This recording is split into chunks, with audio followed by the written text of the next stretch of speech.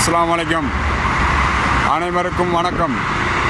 நான் இப்போ ரியாத்தில் ஒலியான்ற இடத்துல இருக்கேன். நான்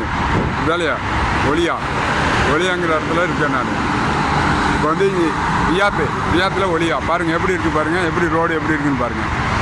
வா இது வர்றது இது போகிறது வர ரோடு தெரியுதா, எவ்வளோ தெளிவாக இருக்குது பாருங்கள்.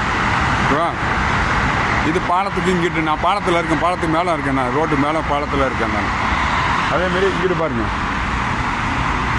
வண்டிங்க வரதான் இங்கிட்டு பாருங்கள். இது எங்கே? ரியாத்தில்.